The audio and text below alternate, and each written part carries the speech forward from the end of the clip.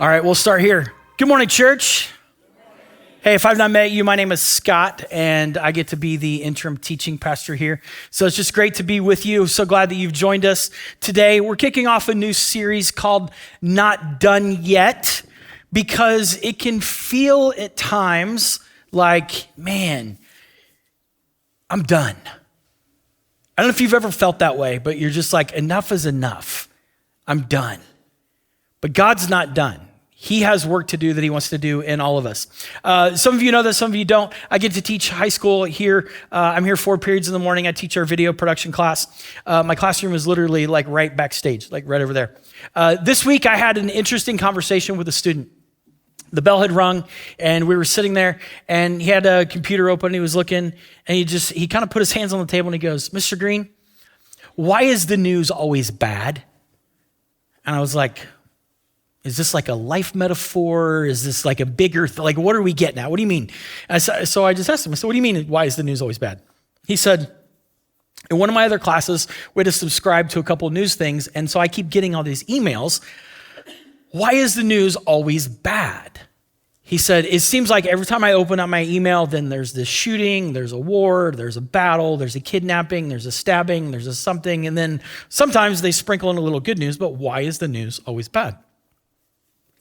And so because I teach media and video production, I just like go into my speech about like algorithms and like the news and how your news gets populated. And then I dip into a little bit of my past and start talking about journalism and how people, get paid and then they shop these stories and then it's all about viewership and marketing. And his eyes are glazed over and he's no longer listening.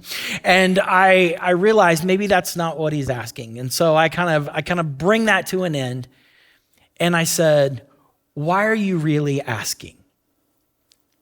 And he said, it's just a lot. He said, it seems like when I open this up and I look at it, he goes, it makes me just want to not look at it because it seems like everything that's happening is always bad.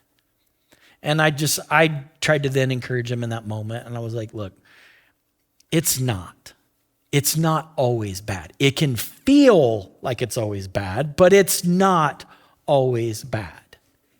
Now, I'm going to use that right now and just step out of that story for just a second. And I'm going to say, there's some of you sitting in this room, you've had that season where, why is the news always bad? I go to the mailbox, I answer the phone, I look at my phone and answer my text messages. Why is the news always bad? Some of you have had those seasons.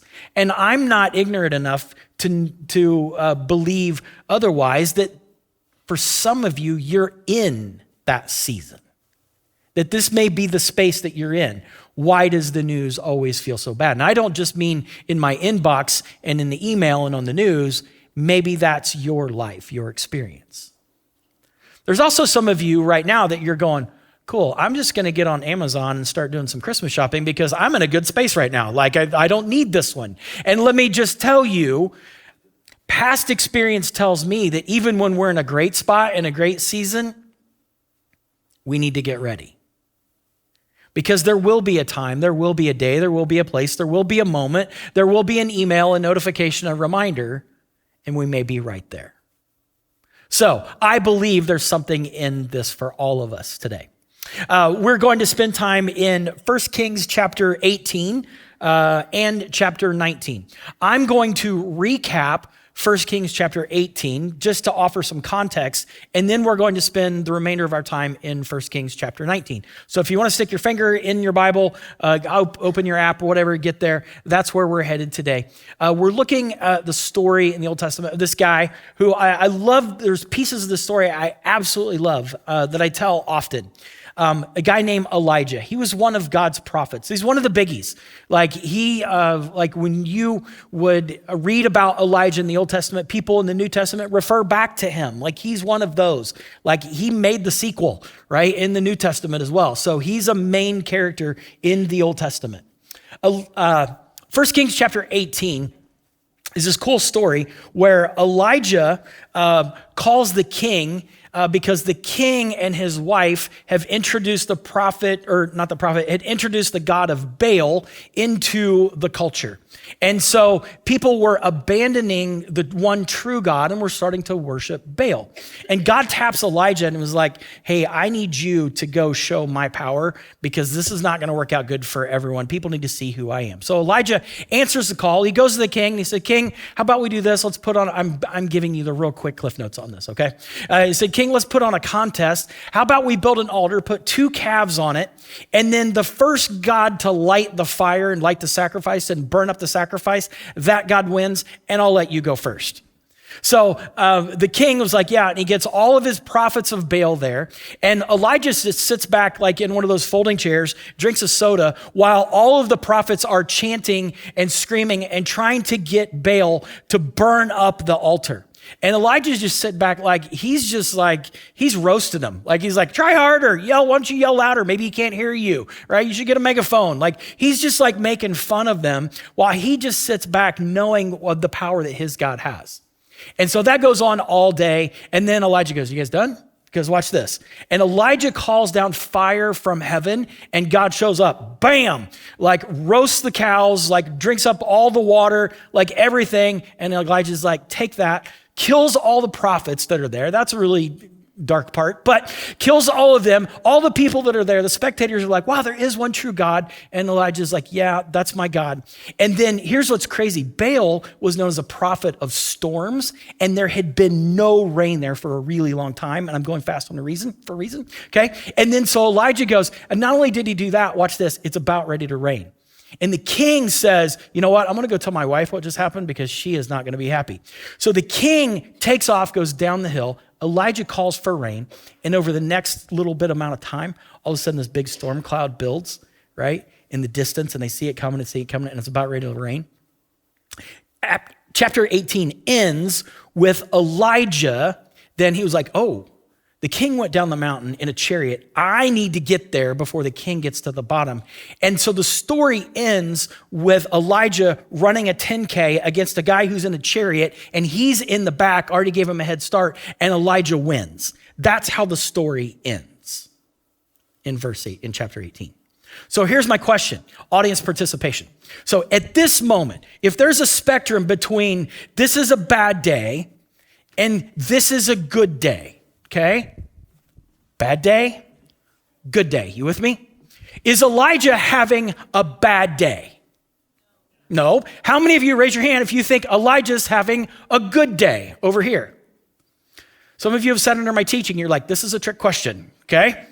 You don't want to vote. Let's try this again. How many of you think, raise your hand if you think Elijah is having a bad day? My own son is like, he's playing the odds. He's like, I want to be the only one. No, okay? How many of you think he's having a good day? Raise your hand if you think he's having a good day. Okay, the rest of you. All right, some of you are still holding out. That's fine, okay? I think he's having a really good day. Defeats all the prophets of Baal, right? Calls rain, wins the 10K. Pretty good day. Now we get to chapter 19. I'm almost out of time. Perfect. 1 Kings chapter 19 starts like this. Now Ahab, the king, told Jezebel, his wife, everything that Elijah had done and how he had killed all the prophets with a sword. So Jezebel sends a messenger to Elijah.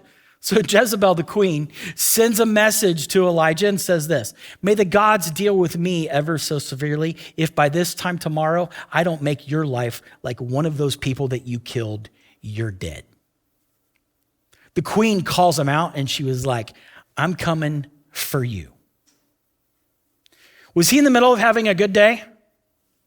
Yep. Did this day just turn? Mm-hmm. We have to be careful because even when we're having the best day, we never know when we're going to get an email, when we're going to get a notification, when we're going to go to our mailbox, when somebody's going to call, when we're going to get a diagnosis, when somebody we love is going to get a diagnosis, when something is going to happen.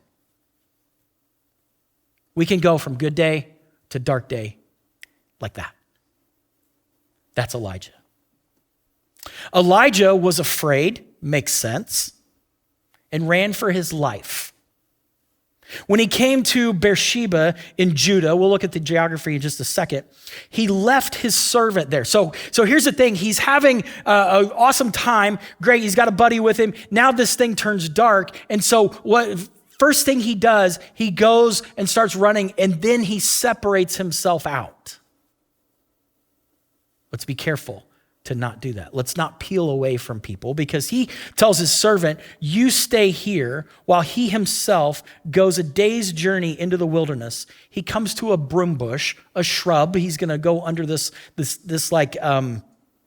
look this up. It doesn't provide a lot of shade, so it's still hot under there. But he goes under this partially shaded tree, sits down under it, and prays to God that he would die. I've had enough, Lord, he said. Take my life. I'm no better than my ancestors. Enough is enough. I just need to say this. There is a reality of an enough moment. There's a reality and a truth to that. Now, here's what's crazy. Your enough is different than your enough. And your enough is different than your enough. And your enough is different than your enough. And your enough is different than your enough. We all have a different threshold for enough. When I was a youth pastor for a while, and I remember this girl came into my office one time. She really needed to talk. Got a lot going on. She sits down. I was like, hey, is everything okay? What's going on? She's like, my boyfriend, he can't walk me to class anymore because he's been late too many times. This is awful. And I'm sitting there going, there's more to this story, right? Like, there's more here.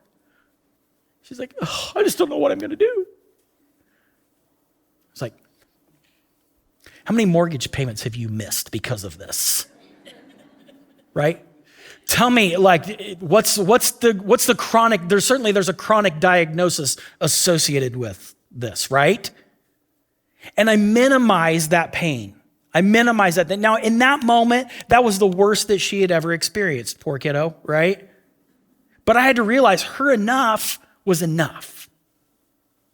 And we have to be careful that we don't minimize other people's stuff, because the worst thing that somebody else has been through, it's not a game where we go, yeah, well, listen to this. Well, I remember, like, we just look like one of those old people saying, we used to walk to school in the snow, right?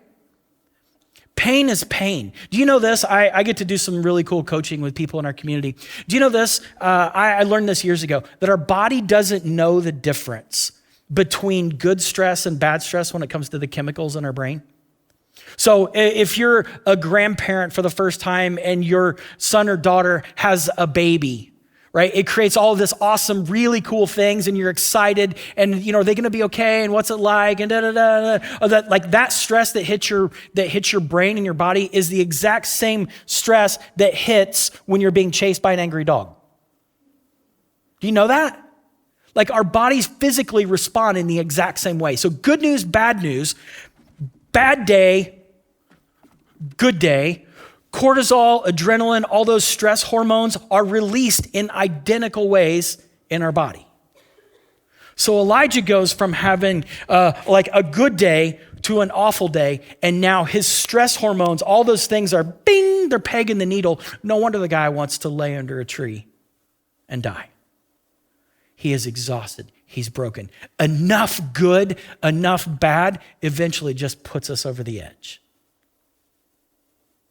There is a reality to that enough moment. And I don't know where you're at. Maybe you're over here. Awesome. Like, this is fantastic, but just be careful, because we're sending all of those things through our body right now. And maybe you're over here and you're like, yeah, I need something different. There is a reality of the enough moment. Let's keep going. Let me show you where this was happening. It's important that we see this and understand the geography of this for the next part. Here's where he started. He starts on Mount Carmel. This is where he defeats all of the prophets, defeats all the prophets and defeats Baal, and God shows up. So this is a high point, having a great day right there. And then he runs his 10K, goes down the mountains to this next point where he lands, and then he realizes the queen is like, I'm going to kill you. Now, we don't know. The text doesn't tell us why, but he has options. He's not going to go back to the mountain, but he can really go left, he can go straight, or he can go right. He takes a right turn and he goes south to this next place, go and show. And there he tells his buddy, you need to stay here because I'm going to go on a walk. I'll just be gone like a day or maybe forever, right? We don't know because he goes and prays to die. And then he goes to this next space, right? So he lands on this final place called the wilderness. Now, why would he go to the wilderness? Well, turns out the wilderness, the space that he went to, is the exact same space that the Israelites roamed around in the desert for 40 years. He goes to the wilderness. He was like, well, that worked out well, I guess, for them after 40 years. Maybe that'll work out well, but either way, I'm out of here. I can't take it anymore.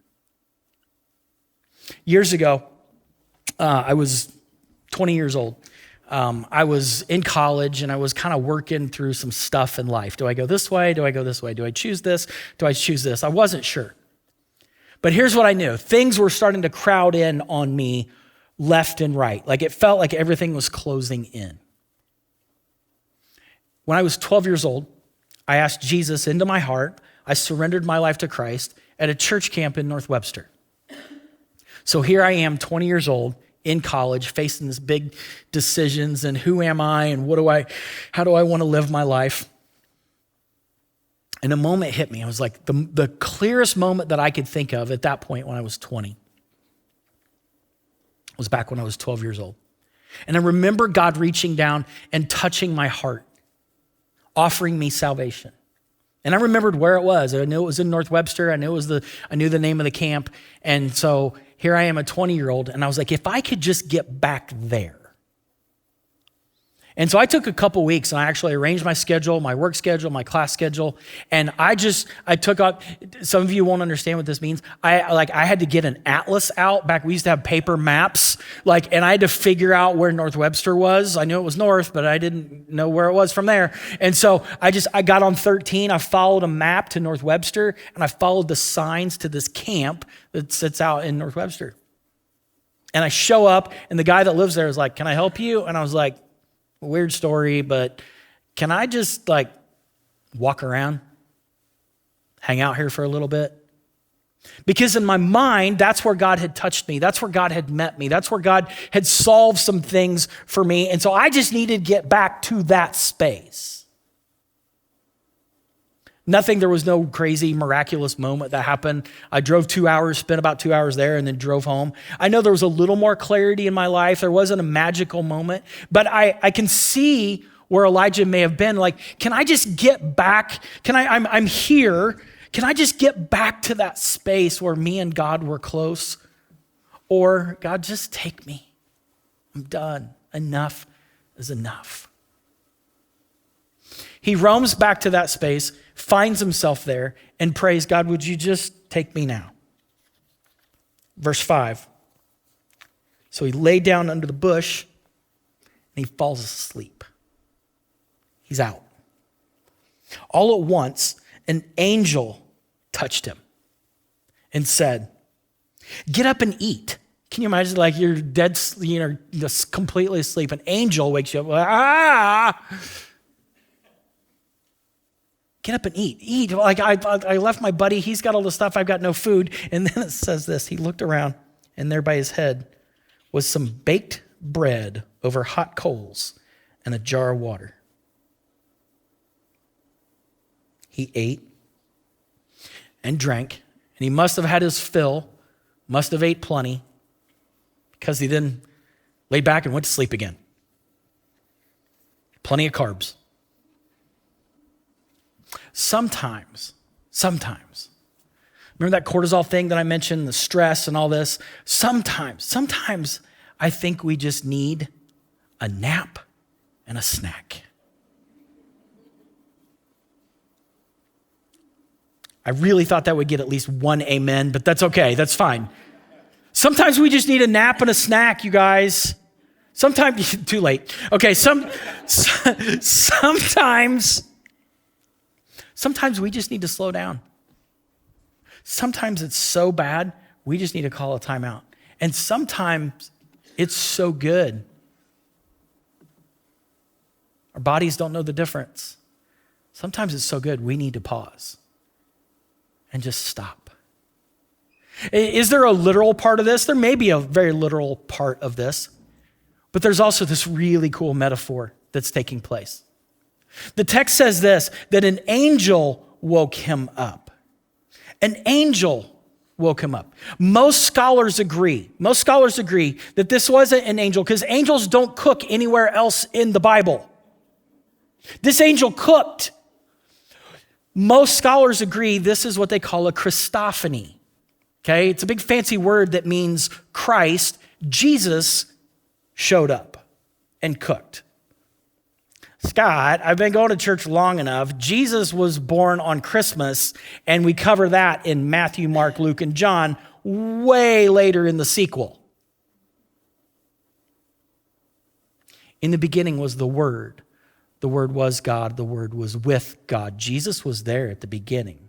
John chapter 1 starts with Jesus being the Word. So Jesus existed. He just showed up a couple times. Remember Shadrach, Meshach, and Abednego in the furnace? Who was with him?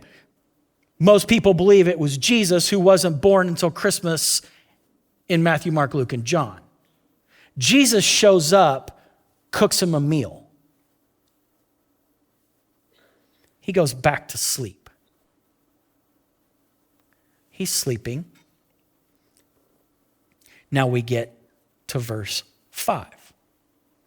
The angel of the Lord, which again is a title reserved, different than other angels, an angel of the Lord came back a second time, touched him, and said, "Get up and eat, for the journey is too much for you."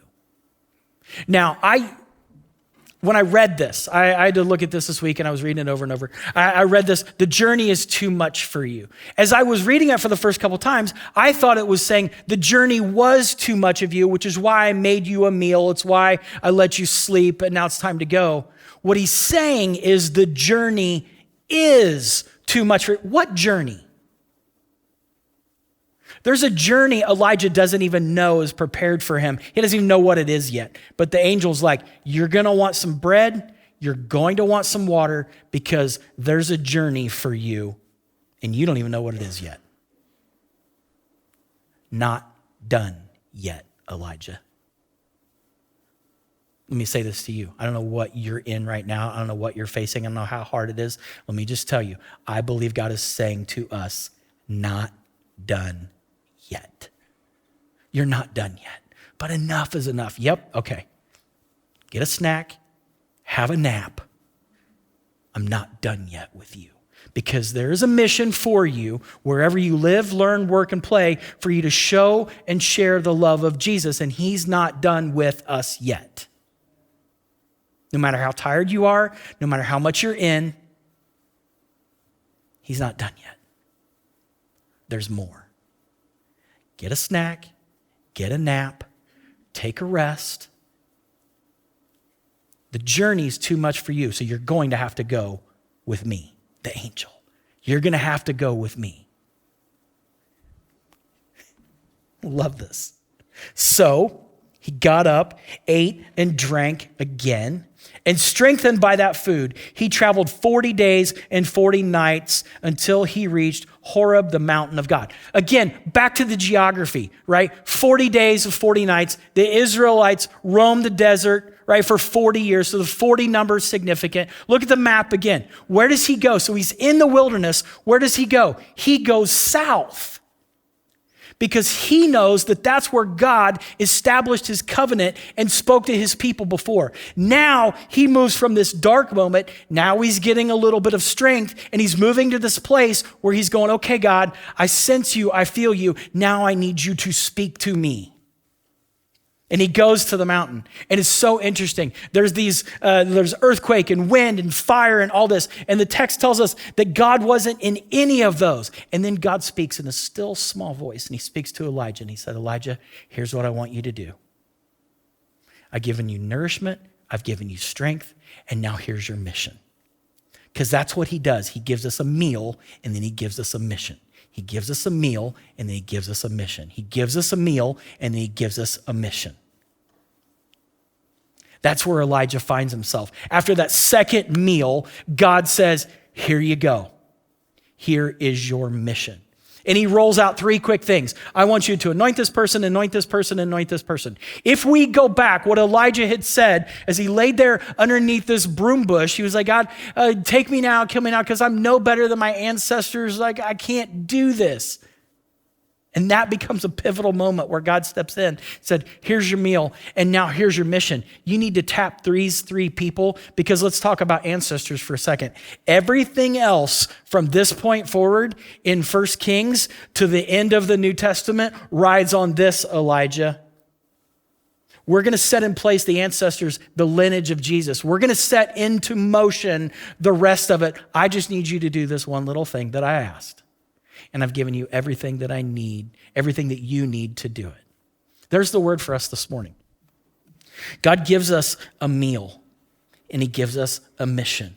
And if you're like, oh, but enough is enough, and I've been through this, and I've experienced this, okay, that's fine. Take a nap, take a break, get a snack, and know this, he's not done yet. Yeah, but Scott, I've tried this and I did this one thing and it didn't work. What do you mean it didn't work? Did you do what he asked you to do? Well, yeah, I did. Okay, mission accomplished. You did what he asked you to do. It's that second meal, that second touch that he gives us for the long haul, that he wants us to have that moment with him where we're touched by him, we're encouraged by him, we are ministered to by him so that we have everything we need for the long haul. I don't know about you, but I need that. A couple of weeks ago, some buddies and I started trading text messages back and forth, and I'm not letting you read any of them because they would make no sense to you. These are guys that I've known for over 20 years. A couple of them were in my wedding. All of us at different points have served in different ministries in different places throughout, kind of from southern Indiana to northern Indiana. And we still love each other and care for one another, even though we haven't all been in the same room in probably 4 or 5 years.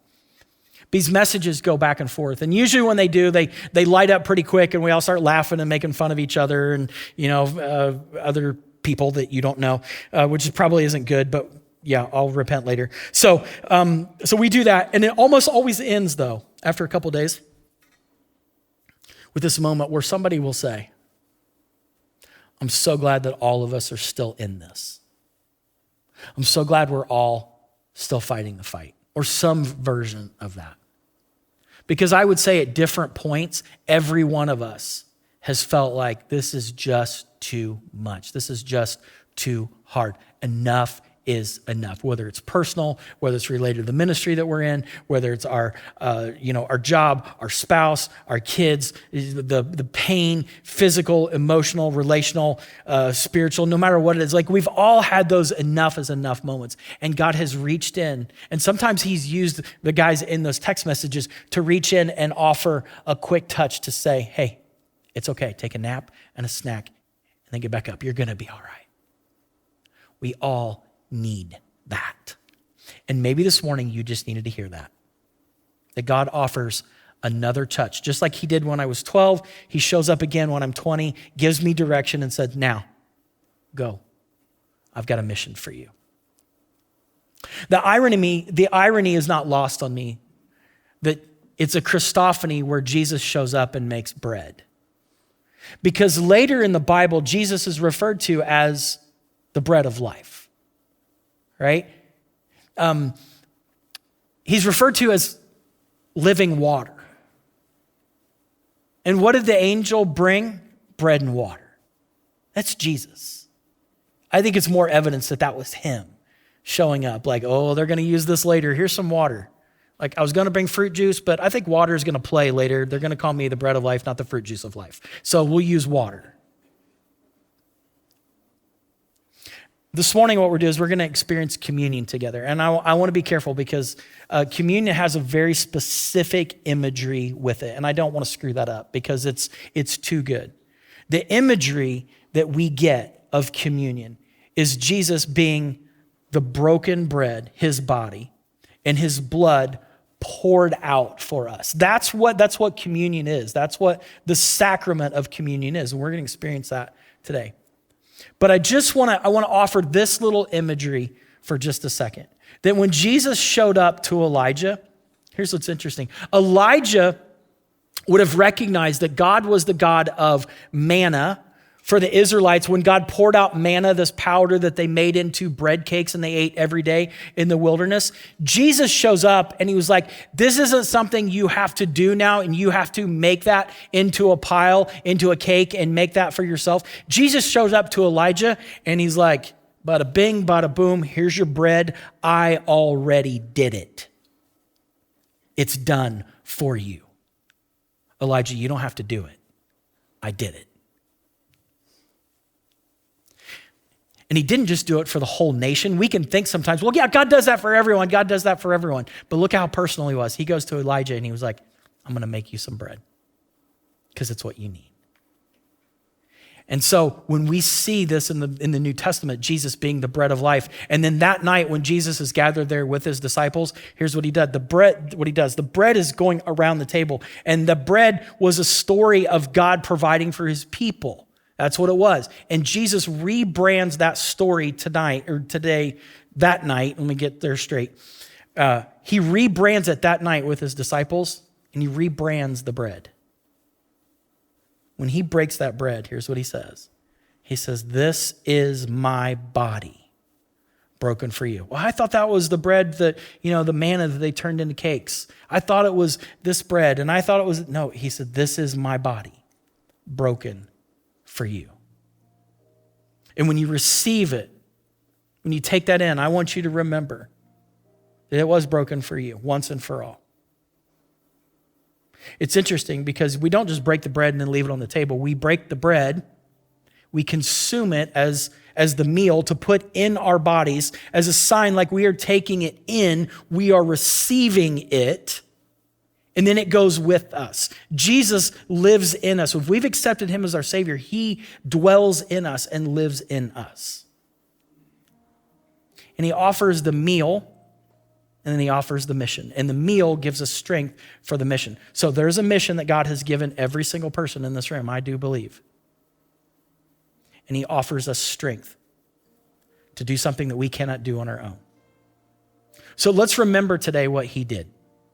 You can open your cup and you can grab the bread, because around the world today and every weekend, Christians all around the world do this. They remember the work that Jesus did. His body was broken for us. And we're challenged and asked to remember him when we receive that.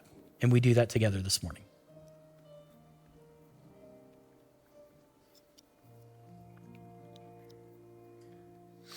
In the same way, that night that he was at the table, Jesus took a cup and he rebranded that cup. The cup had been a symbol of the sacrifice that was paid once a year when they would take an animal into the Holy of Holies, and they would sacrifice that animal and its blood would be splashed all over the altar as the sacrifice for all of God's people. And Jesus makes it incredibly personal because he says this. He said, this is my blood poured out once and for all. So you don't have to, enough of the goats and the sheep and all the other things you've been killing and all those sacrifices. My body will be broken and my blood will be the sacrifice once and for all for everyone. And I want you to consume it, receive it. And remember, this is the fuel for a journey and a mission that you cannot do on your own. You're going to need me. You cannot save yourself. You need me to do that for you. So I'm giving myself up for you. His blood was shed once and for all, and he reminds us when we receive that to remember him. And we do that together this morning.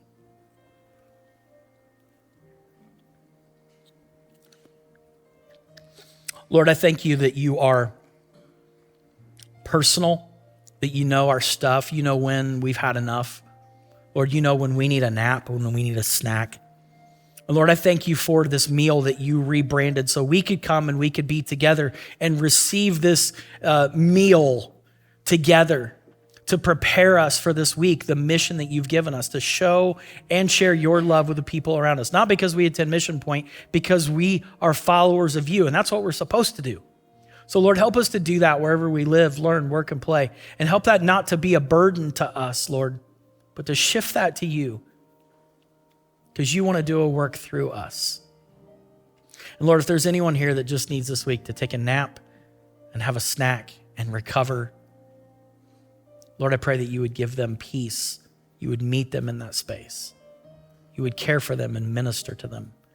Lord, use this time of reflection, even now as we end our service and we sing these two songs. Lord, use this time to speak to our hearts, to speak to our minds, to renew us.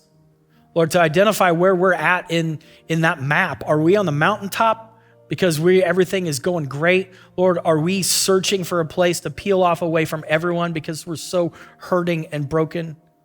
Lord, are we at a journey through the wilderness where it just seems like it's never going to end? Help us to identify where we're at, to acknowledge that even to you, and then, Lord, use that in our lives today. Speak to us in this space, Lord. We give this time to you.